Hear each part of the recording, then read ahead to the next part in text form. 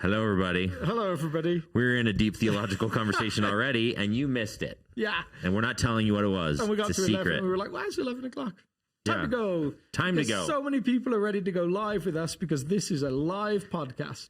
Yeah, and it's still 11, so we're not late. But it's not as live as the podcast we're doing on September. Which is why I'm saying live in person. I feel like that clarifies it. Live and in person. Live and in person. Although I did have someone from Minnesota say, I was so excited for this, and then I found out it was in Colorado. And I was like, well, we are always online, so you can still join our live in-person event, not in person. Yes. Yeah. Is that confusing? I think so. It's we could go and do the podcast in Minnesota if someone wanted to cover the cost of that. Let's do it. Yeah. Do you think we have enough listeners in Minnesota? No. We might have 3. Very rich. We might have 3. My parents and this other person. Actually, I don't even think my parents listen most of the time. My parents definitely don't listen. They listen to your sermons, though, right? Sometimes. Vaguely. It's like, I don't think so. Are you still doing that preaching thing? How's that working out for you? You were never very good when you were here. Oh, man. I was asked to go do this like seminar training the other day, and they said, how much do you charge for stuff like this? Really have a set price? Like, if I like the organization, how much do you have? Yeah, it's such a great question. I'm like, what did you budget for? Because that's what I charge. It's always a tension. You're always like, well, if I like the organization, I'm actually quite happy to do it for free. If I you just publish that on the internet. If I don't like the organization. So now, if you ever ask for some sort of compensation, you know he doesn't like you. Yeah. It's the good news is Alex has also stopped taking salary here because he likes us so much. Yeah.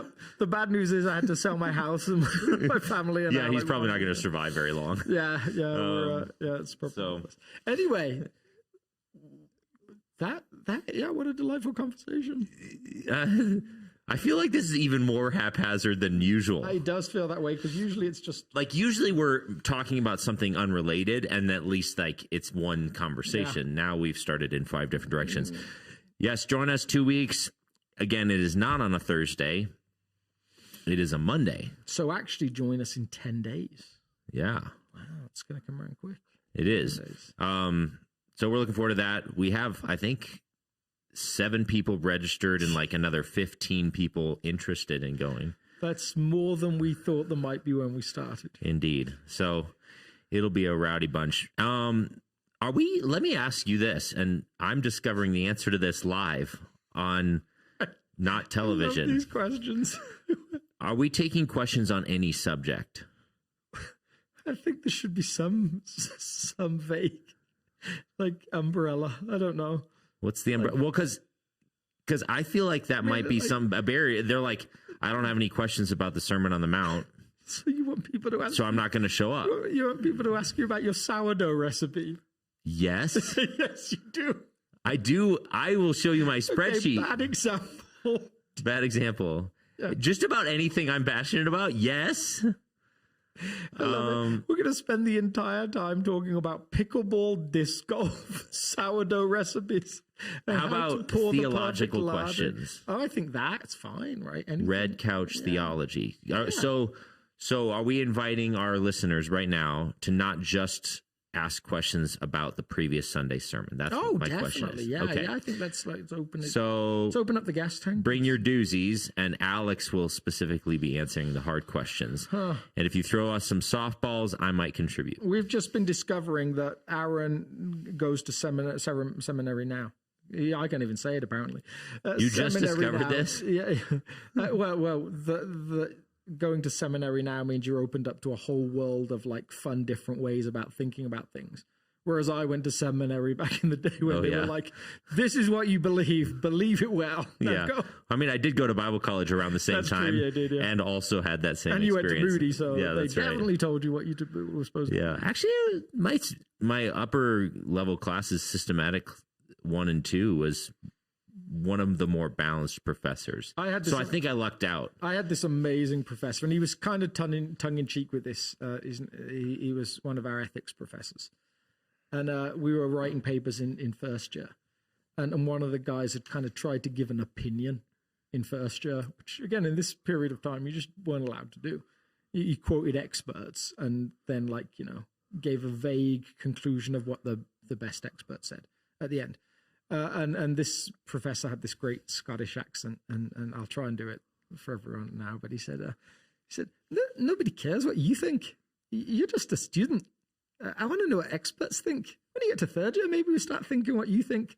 But right now, I don't want to know what you think. And it was just such a great put down. It just put you in your place. It was like, I actually had that exact same thing happen to me in my philosophy class.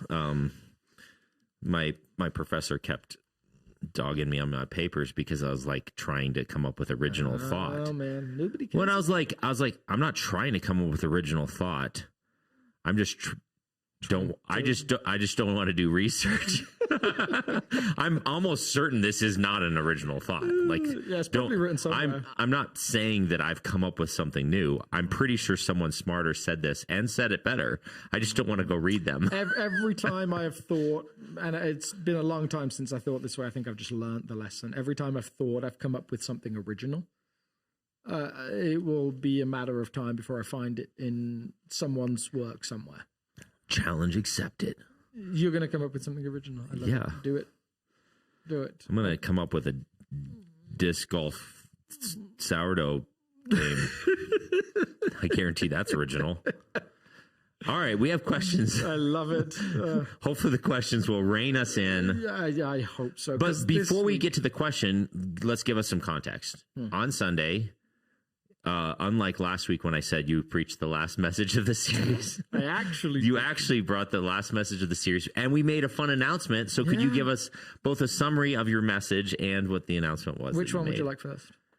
Yes. I don't know. Okay. Well, so the vision series we've been in has talked through pathways that we picked at South to help us live in the way of Jesus with the heart of Jesus as a community. One of those pathways was environments that feel like coming home. It's centered around almost a hospitality principle. Another one was not just having experiences, but looking for encounters with Jesus. And of course, with Jesus, you encounter him. He always has this beautiful next step. It's the principle of transformation. And then this week, looking at being a community our city and world would miss if we were gone. Like, that's what I love about the early church narratives. I came across this beautiful quote where one of the emperor after Constantine, the famous emperor that kind of turned Rome and made Christianity the official religion, and again, loads of negatives and probably some positives in that. His son or grandson, I can't remember which it was, wants to reclaim Roman traditional religion. And he actually goes off on like either the priests or the rulers of Rome. Is like, these Christians are making us look bad. They not only look after their poor, they look after our poor as well. And he's just super mad that the Christians are so good at this. It's like, they're killing us out there. They're like, they're so good at this. And so that element of mission that is, maybe I should have put his name on the quote, but Bill Hybels has a bit of a thing these days. But he was the one that said the church is the only organization in history that exists for its non-members. Yeah. And we kind of played with that for a while. And then as part of that, like, the question I wanted to get to was, can an unhealthy church, one, can it exist for its non-members? And two, can it do it well? Can it be the community a city and world would miss if it's not healthy? If it's a broken thing, like I had a dead tree on the stage. Yeah. Which I moved right before our annual report. Just seemed like it was sending the wrong message. Yeah, it's like Jesus with the withered tree. How are we doing with the dead tree on stage? Yeah, and I also can't believe I didn't think about using Jesus' passage with the cursed vine as the dead tree thing. It seemed like it would have gone together. Yeah, but again, maybe a bit over the top. So The question of health for South is one. If you're here, like I've played with this in my mind for ages, because my first experience of South was, on a Sunday morning, 150, 180 people, all with masks on their faces. There was a time where, you and I both went through this time where we were only allowed 50 people a service. Yeah. So we did 3 services on a Sunday. So we were averaging maybe 130 people in the room on a Sunday, with more people watching online. But just we felt the retraction almost of the community, and you felt it even more because you had a 2019 experience of a growing, healthy community that was inviting people in, all those different elements. So as you join a community, you're always kind of wrestling with how are people experiencing this? How does their journey affect their understanding of it? Because I can only start in 2020. So you kind of, you talk to people who've been here 20 years. What's their feel? Well, they've been through the ups and downs. They've remembered the community of 120 that's grown to 700 and whatever. Yeah, and some of them remember when it was 1,000. Yeah. So they've got the ups and the downs, and they've stuck through it.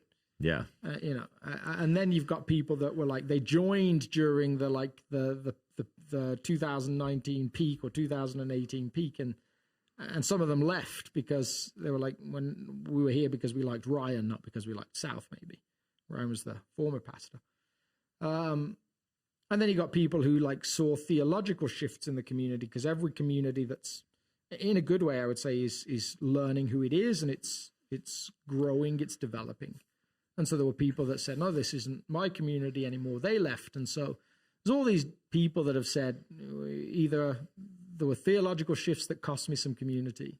There was a change of leadership that cost me some community. There was COVID that cost me some community. And I think it's funny. No, funny is the wrong word. I think it's interesting. I used a quote on Sunday about trauma. And I'm going to misremember the author's name now, but she's, oh, look at that. There we go. How about that? Yeah. Resma Menachem. Is that right? I can't quite see it from Yeah. Yeah. Resma Menachem. And she says that trauma is a wordless story. Our body tells itself about what is safe and what is a threat.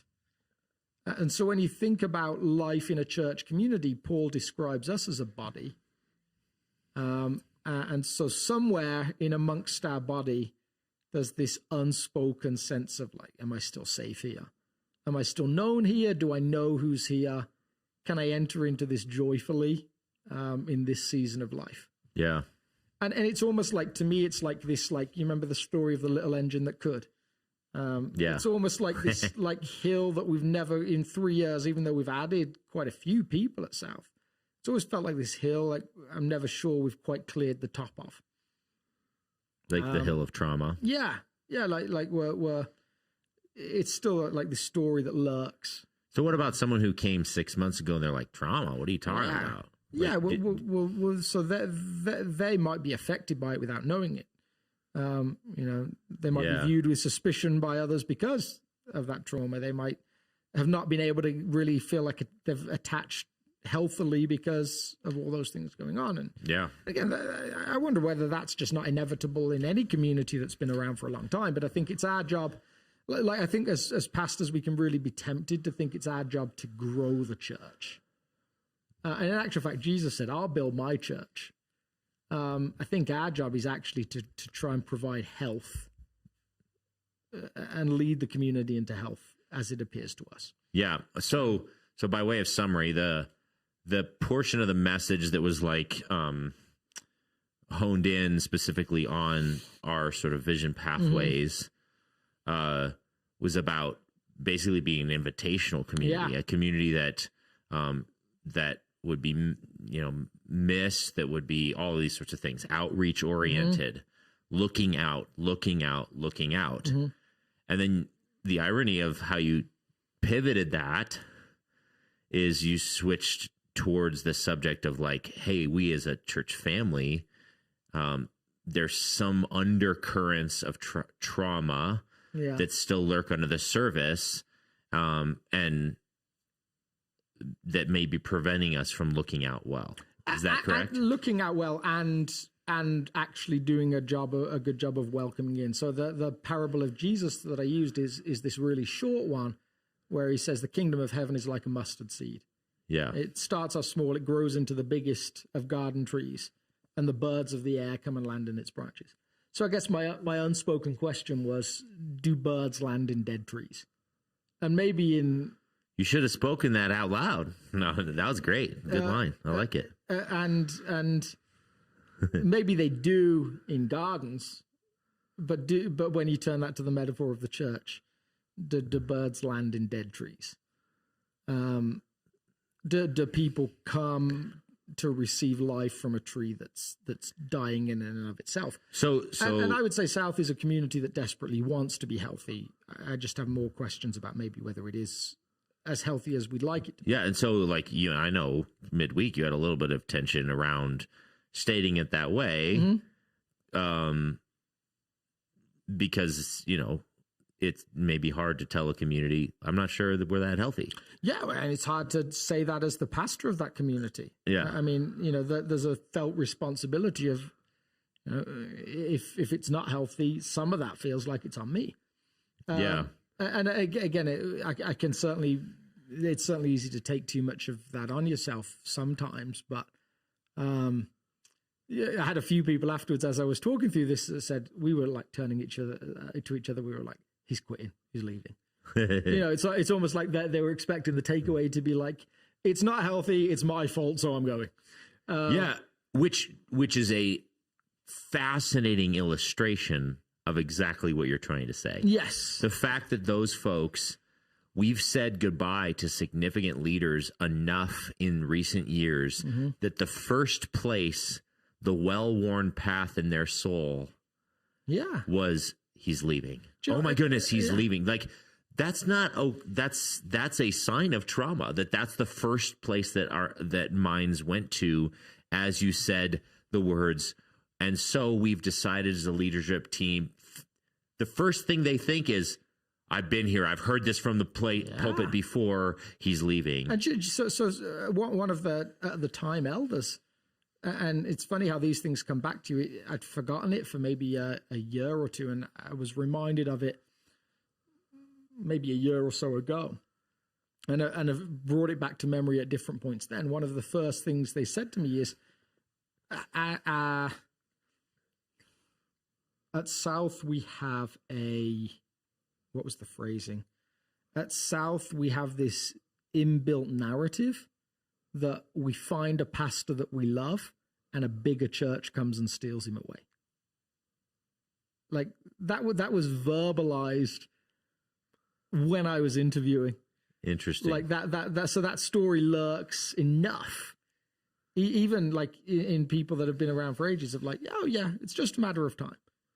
A pastor will come and the church will grow and it will be good. And then another church will say, we want you to become our pastor, and they'll go. Yeah. Which again, it could be true or not true. And actually for each of those pastors could be the absolute right move. It's not critical at all. It's just an observation of trauma is a wordless story our body tells us about what is safe and what is a threat. Okay. So you went straight from there to an announcement of sort of an unexpected and counterintuitive thing that we're doing as a community. Talk about that.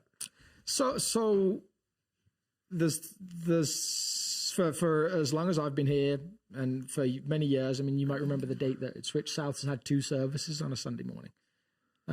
At one point, I think there was a time where it was a struggle to get everybody into 2 services, right? Or it was starting to get that way. Yeah, we were starting to talk about third service.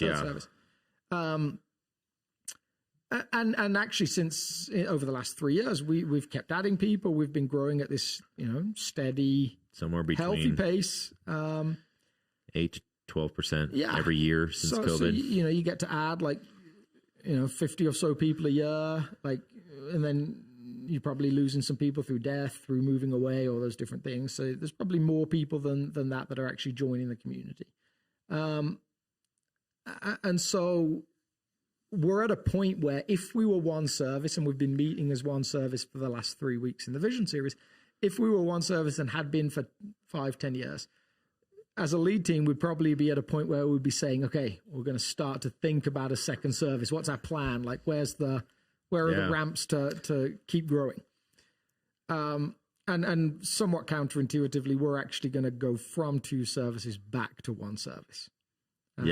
Which is tight when everybody's there. And we don't know how it's going to feel in September when we're back into full-fledged, like, post-summer, everything flying. Like, we're going to feel full as a community.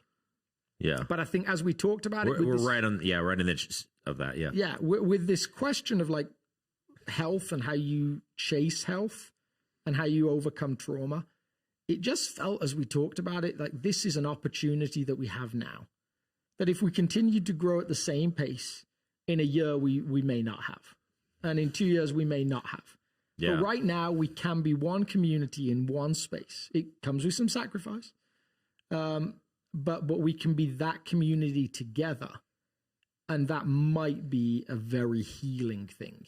Yeah. For people that aren't sure who's there anymore, who's with us anymore, this space of saying, no, we're together. You can see the people you're doing Sunday morning community with. Yeah. And as I just think that the real reason that you made this move is because you enjoyed watching people bicker over the same seats every week. Why are you in my seat? It gave you so much laughter in your soul that you're like, we should do this all the time. 10 o'clock's closer to 10:45 than it is 9 o'clock. Yeah, that's my chair. Yeah. You can have it for the worship, but I get it for the sermon. So let me ask maybe some of the questions that some folks out there might be asking. Now, I was part of the team making this decision and stuff, so I know some of the answers. So I'm going to try and put myself in their shoes a little bit.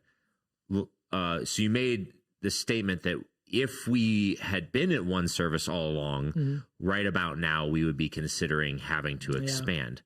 Why? Why expand? Why not just cap the limit? Like, yeah, that's I mean, I think we've actually talked about, would we ever do that? Just say there is as much room as there is.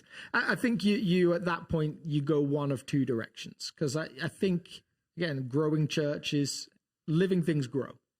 Yep. And so that suggests to me the fact that we're growing, that means there is some life there, like, which is good. So I think we'd be saying, well, do we grow by splitting services, or do we grow by planting churches? Yeah. And I don't know that there's a bad answer to that. I think for most people, adding a service feels the easier route. It feels the less painful route, because to plant a church, it's not the half-hearted lazy people that volunteer for church planting. Yeah. It's like the department leaders and the volunteer champions and all those different things. They're the ones that say, let's go planting a church. Yeah. So I remember listening to a guy who does a lot of church planting. I think his goal was 1,000 church plants through churches that plant churches that plant churches. And he said the first time they kind of planted a church, he looked on stage at the people that were going off in this church plant. And while he was trying to look happy and excited, he was like, "Oh no, what have I done? This is a disaster." They're leaving. Imagine when they sent Barnabas and Paul away. Yeah. You're like, there's a pretty but that guy writes Bibles. like we can't lose him. We can't lose him. He literally writes the Bible. Nonetheless. So I think. So eventually you get to this point where you're bursting at the seams, and it is difficult to walk in as a new person. It was even as I was sounding boarding this, I said to my wife, Laura, how do you feel about the fullness of the room? She said, it's hard for me to say because I know I have a seat saved next to you. Yeah. But if I was walking in and didn't know that, I might feel like, oh, wow, is the space for me here? Where do I sit? How do I? So I think you realize, as it gets to a certain fullness, it's harder to find a place. Yeah, it's weird. Like, some measure of fullness feels joyful, and some of it feels not like non-invitational. Like like, this is a clique. They are doing their thing, and I'm not part of it. Yeah. So to an outsider. So you have to work to counteract that. But at the same time, I think with our growth mindset for churches, which, if we're honest, some has come from a fairly narcissistic place. there are probably some pastors there that love to talk about how many services they do or how many, and again, there's always probably a tension there, I imagine.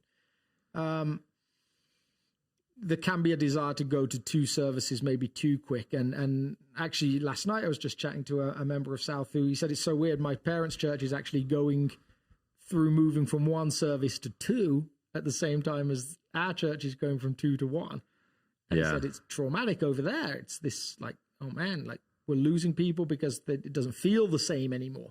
Yep. I remember when we did that here at South, at least the most recent iteration of it. And so I'll just give you a warning, because one of the things you announced sort of softly or gently is if we continue to grow like we're growing, we very well could have to go back to 2 services or expand our facility or planet. Like we have to find some other solutions, because it gets to a certain level of fullness and you become less invitational, less inviting, less welcoming. So you have one, maybe our second pathway of like this next step, sort of this formational piece of like growing in depth and all this stuff, conflicting with our other pathway, which is like hospitality, like, hey, sorry, go away. There's no room for you. Yeah.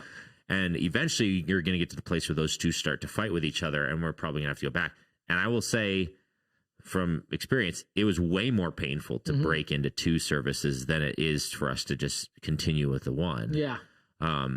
So I think the advantage that we would have then that we don't have now, or we didn't have like coming out of COVID, continuing with 2 services that, if we're honest, have felt half full for a long time. Yeah. You would be going into it with the mindset of, remember, folks, we're making room for more. Remember, this is the why, this is the why, this is the why, this is the why. Yeah. Whereas because we came out of COVID and just continued to do what we've done, the why was really because. Why are we doing this? Because this is what we've done. So let me ask you, that maybe there's some more whys too. Yeah. Why didn't we do this 2 years ago? You felt this tension for, you said, almost since you got here. And we did.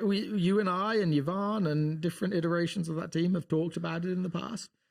I think there were moments where like we were starting to see new people come in, and it felt like, okay, if this continues, like, can we ride this out? Like, are we little engine that could metaphor again? Are we cresting the hill? Can we start to like coast down the other side now with some of the like the past in rear view? Yeah. So I think that early on, like I came in with this kind of premise of take it, because it's a long game being a lead pastor. That's why it takes so long to hire one. You kind of like, you come in with a year of just orientation. Let's just get to know people. And then took you about 15 minutes. I wish. No, all of your names in 15 minutes. Yeah. And so after that year, you've got a year of experimentation where you just push and you try some new things, and you see like where the flexibility is in the community. And then after that, you have a year of evaluation where you say, okay, this is what's kind of worked. Feels like this is where we are. Mm-hmm. And then hopefully after all of that, you can have your year of acceleration where you say, okay, we start burning bridges. Yeah. No? Yeah. Let's blow some stuff up. Look out for next year, folks. So I think in the midst of those like years, you kind of like, okay, is this a rash decision? Because like, and we touched on some of the sacrifices that come up. When we think about one service, what happens with kids ministry?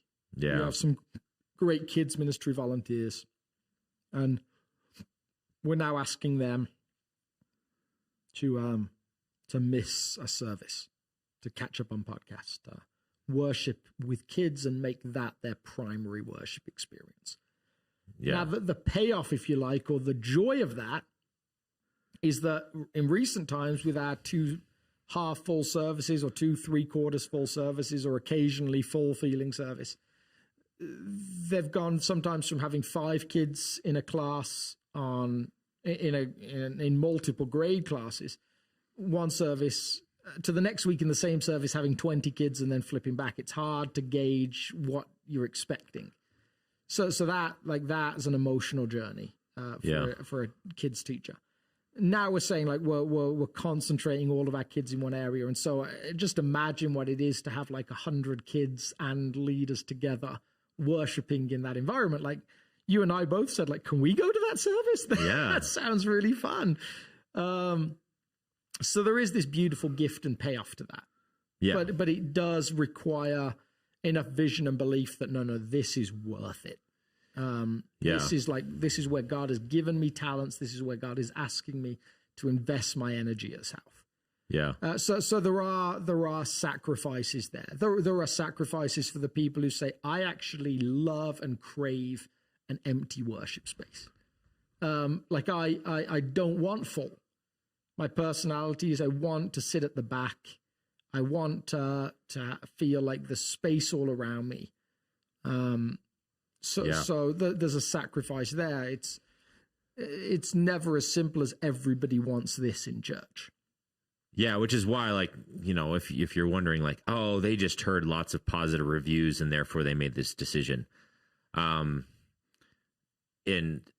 yes, we did hear a lot of positive reviews, but that is not the driving factor. No, because actually it was kind of an uphill battle, at least initially in the conversation, because we value kids ministry so much and we value those volunteers so much.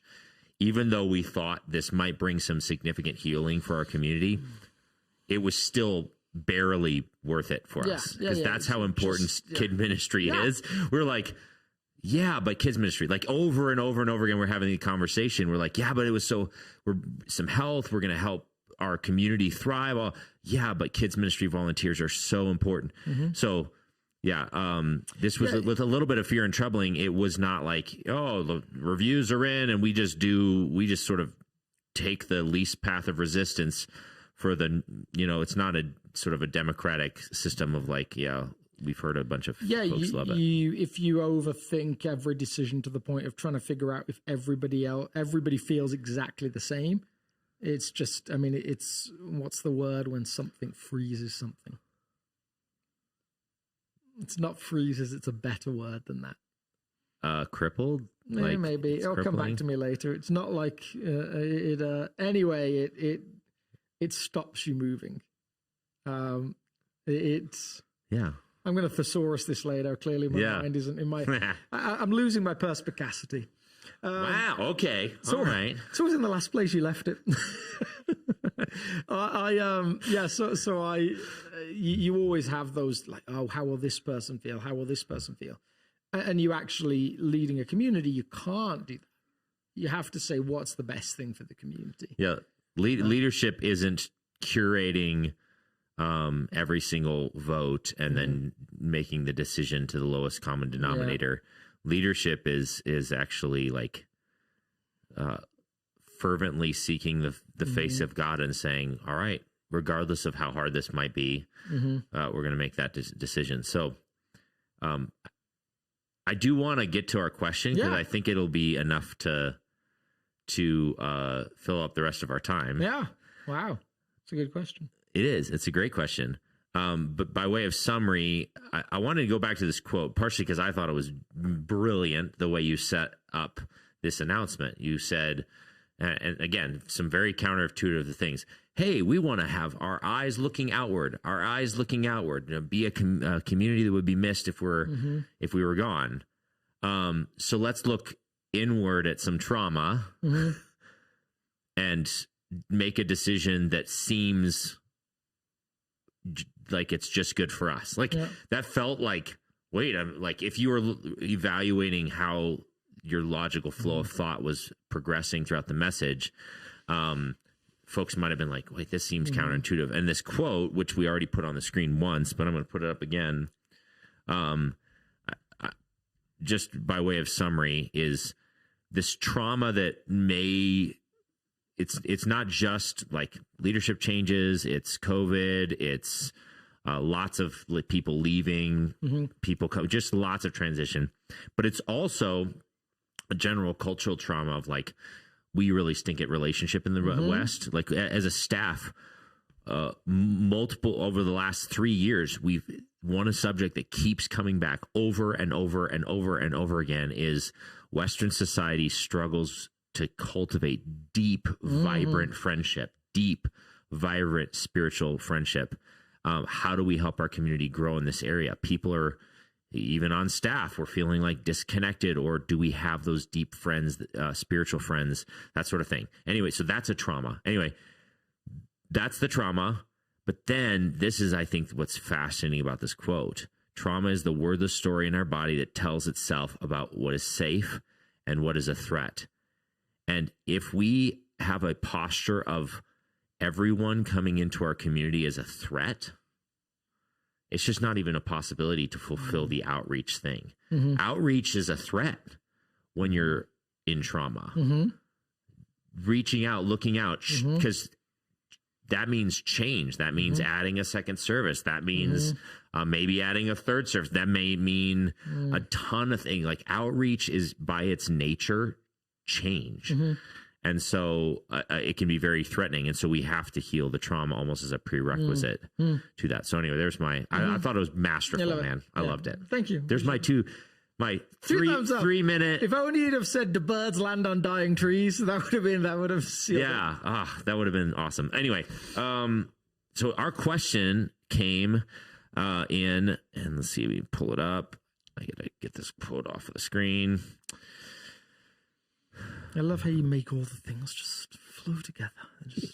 There it is.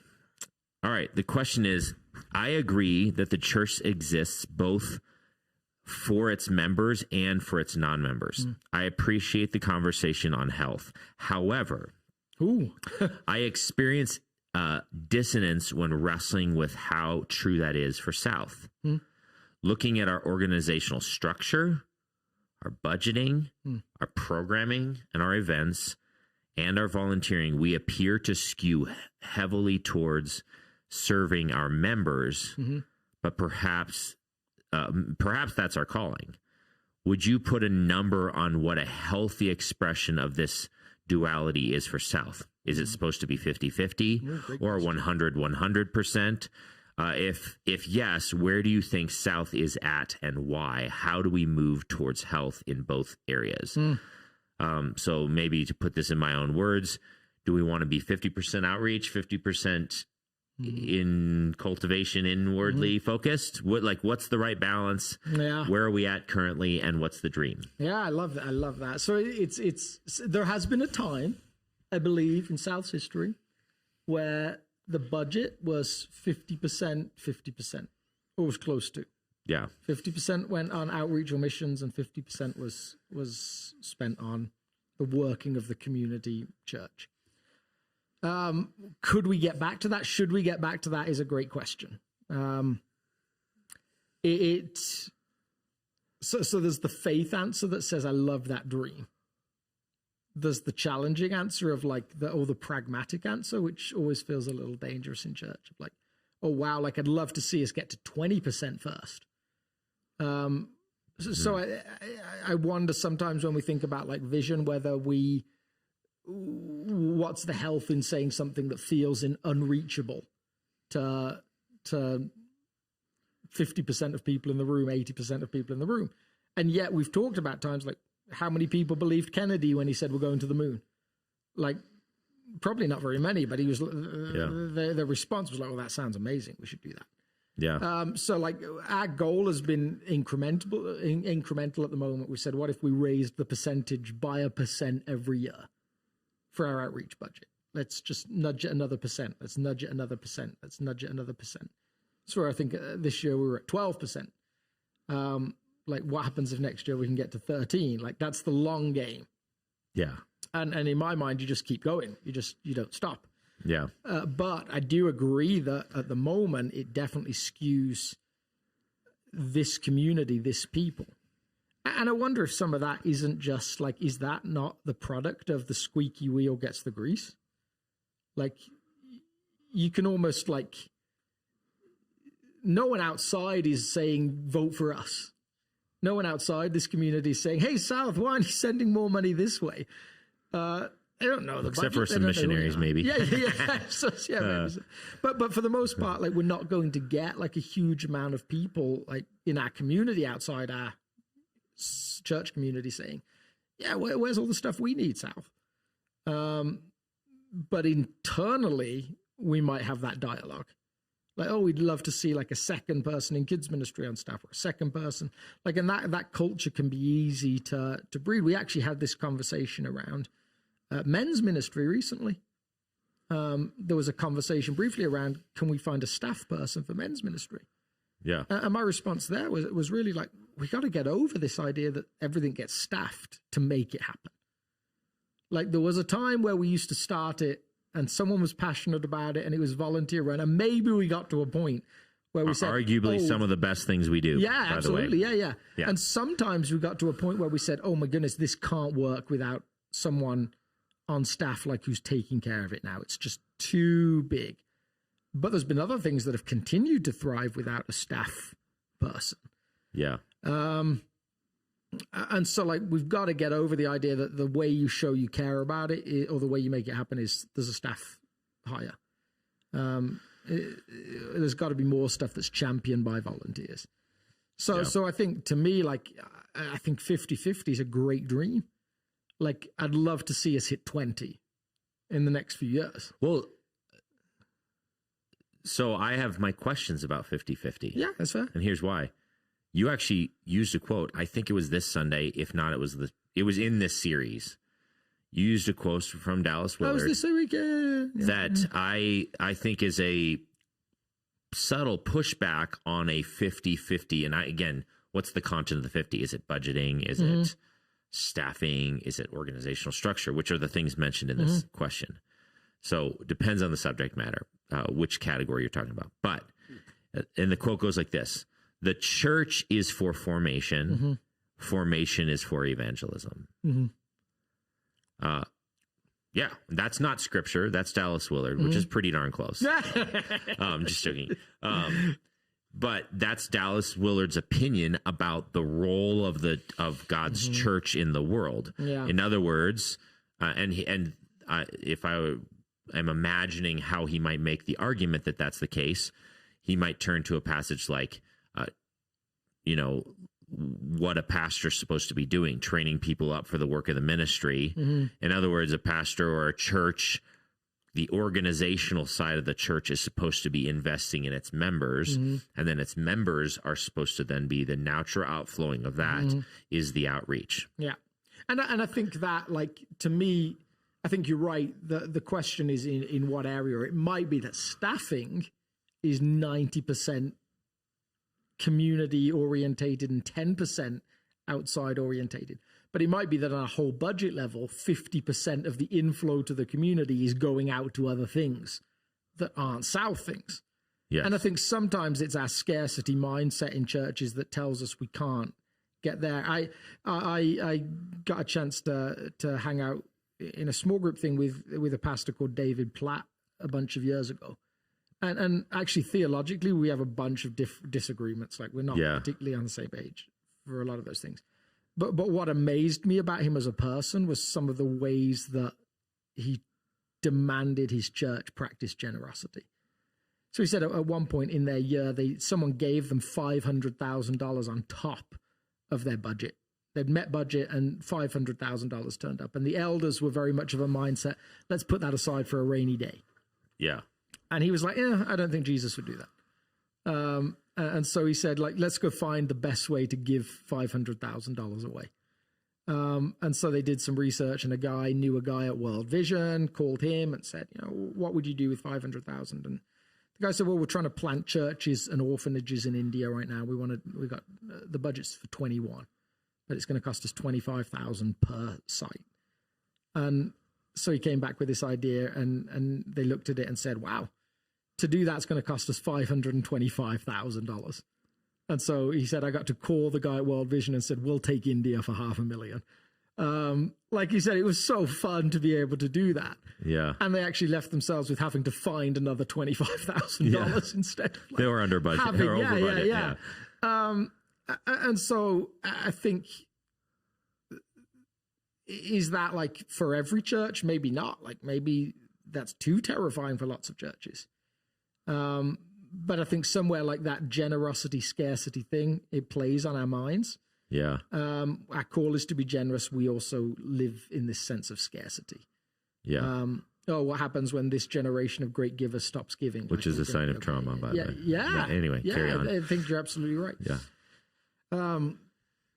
So I think like a great dream for South would be to give away 50% of what comes through the door to other things. Yeah. But you're probably right. I don't know the staffing. So speaking of like monetarily. Yeah. I think the most realistic way of getting to that point is probably to get to 20% first. Yeah. Rather than say next year we're going to do 50%. Well, let me ask you.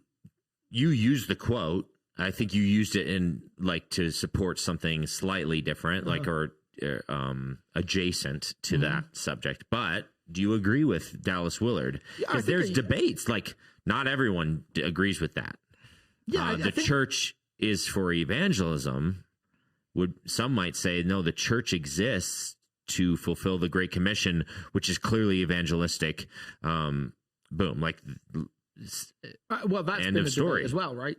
That's what I'm saying. We even talked about that on Sunday. Some people, it's been a debate. Yeah. Some people would strongly and joyfully and with passion and zeal make that case.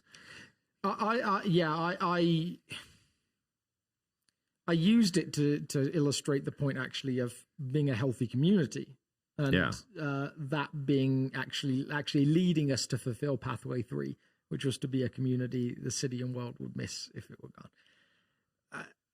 I think we've probably overemphasized a distinction in Christian life between the I'm growing discipleship phase and I'm reaching the world phase. And I actually think some of the people that do that best, the second thing, do it straight away. You know, you have someone who has an experience of Jesus, an encounter with Jesus that leads to the next steps, and they suddenly are telling everybody. It's the woman at the well written into modern times. Yeah. So I think I don't always know that it's discipleship or long-term discipleship. If our reading of that is like there's this period of being discipled before you go do that, that's probably not healthy. But I do think like there is. I'm comfortable with the church placing its people resources in helping people grow to be like Jesus. And reminding them that actually, it's them that reaches their neighbors. So we shouldn't have an outreach pastor. Well, that's the thing. I think I'd be comfortable with that. Like, that's where I said with staffing, I'd be comfortable with that 90-10 split or that 80-20 split. And then there probably is someone who's nurturing the different partnerships that we have in the community, the different ways that we do that. But I also think that the church in America has become very divided on, is there a distinction or an overlap between the term outreach and the term evangelism? So outreach has become doing good, and evangelism has social justice versus becoming telling people about Jesus. Evangelism, and it feels like they actually are more deeply tied than we like to admit. So we've kind of like. Well, that opens up a whole nother can of worms. Really I have 35 questions about. Yeah, me too. Well, we at South, let's just operate from the function so the conversation can continue, that we would like to hold both of those in tension here at South. We're not, but actually, that'd be a great question for a future episode. If you'd like to have a deep dive into what percentage of our energy should go towards social justice versus outreach or evangelism. But I would be intrigued to like dream about what a budget of 50-50 looked at South. Right now, that means our budget for next year would need to be like, I don't know, about $3 million. Yeah. There we go. Let's do that. Yeah. But I'd love to be. I think the skeptic who's watching this, and maybe in my own heart, is if $3 million came in, would we not expand our portion of that budget? Oh, absolutely, yeah. And I think really the fascinating thing in the conversation really is a discipleship question that you mentioned. If we as a church genuinely said, every single one of us that comes here is going to commit to giving 10% of our income to the pool because we trust the church to decide where that 50% goes, then it can work. Yeah. What I would suggest we live in now is we live in an individualistic society that says, I'm going to decide where my money goes. Some of it will go to the church and the rest of it will go here or here or here or here or here. Yeah. So I think to get there, you have to lean heavily into this, well, trust us with the money, which I think is hard for us to believe. I just think, again, whether it's a trauma thing or not, I think it's we like that sense of I want to know where it's going. And I want to decide if it's water that I'm passionate about or anti-slavery that I'm passionate about or this that I'm passionate about. And I'm going to divvy that up on an individual level. And I might take 10% of my income and give it away, but I give 5% to South and 5% or my church home. And I give 5% to other places that I've decided are valuable. Yeah. I think the model of 50-50 probably only works if you've got a whole community of people that says 10% of my income goes to the church and I'm going to trust you to do with it what's right. Yeah. And I think we're a long way from that. I don't even know if that's what we're really chasing after. I don't know that American society as a whole is well wired for that. Yeah. I mean, I think that there's roots that go that are so saturated that it's not just American society. It's the entire modern and then postmodern skepticism for organizational anything. Yes. That is hardwired, anything that's overly organized, we have some skepticism around. And we've seen abuse. We've seen churches that are so for very good reasons. It's not that we have no evidence that organizations are not very good at things. There's tons of evidence. Yeah, so it's like in our minds, we're like, oh man, if we give 10% of our income, one, we've lost our individual control. That's a bit terrifying. Two, how do we know somewhere, are Alex and Aaron taking $300,000 a year salaries? Is that what we're doing now? Where's the control piece is so important to us. And I'd say that's true of me as well. And I get some control. I have that tension. Yeah. I have these things that I'm, passionate about. So I think, we how you get there would be an intriguing question to me. That's probably more. So your answer to the second part of the question of what? Oh, well, you answered the second part of the question, which is more what do you think a healthy destination would look like? Which would be, to be really wooden about it. You said it seems like a dream to get to 50-50 in the financial category, but maybe 90-10 in the manpower or staffing category. And I think the caveat to the 50-50 is, do I feel it's healthy for South? And does my own ethics really allow me to chase into telling a whole community of people, if you're not giving 10% of your income here, you're missing the boat? Which is never something I've said. And I don't know, I don't think it's something I believe either. I'm not, I don't read the New Testament as saying 10% is a legal thing that you have to do. Yeah. In fact, if anything, I think there's probably some people in the community that if they were asked God what they're supposed to give, it's probably a lot higher than 10%. Yeah, that makes sense. But again, not particularly to South, but just out of their income to other things. Yeah. So the second part of the question is the one you sort of already dealt with. Where do you think we are? Is it currently as far as health? I know you can just give some numbers. You just said 12% out the door, and the rest inwardly. Now inwardly, again, so that's on the financial side.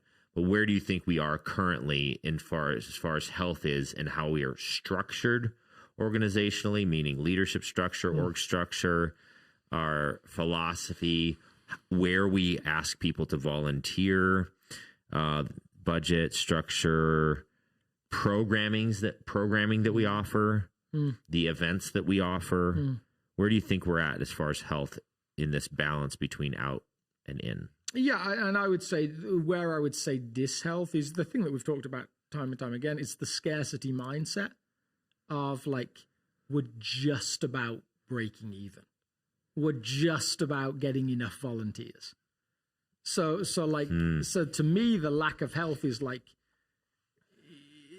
until you start to shape the community around like serving is just what we do here. We find ways to serve. Now that's a deeply frustrating question. Like how you deal with like Patrick Lencioni, the leadership guy, talks about this. He's been involved. He's a Catholic, very involved in his local church, and he went to his local church and said, "I'd love to be involved. This is what I'm good at." And of course, he's like the leadership guru. Like everybody uses him. Like churches all over the world, like mega churches, like huge corporations, and they're like, "Yeah, we need someone to put out chairs on Sunday morning." And he's like wrestling with, he said, well, I could put out chairs, but is that really what they need from me? And of course, like, it's probably not what they need from him. But right now, the guy in charge can't see that because he's desperate for someone to put out chairs on Sunday morning.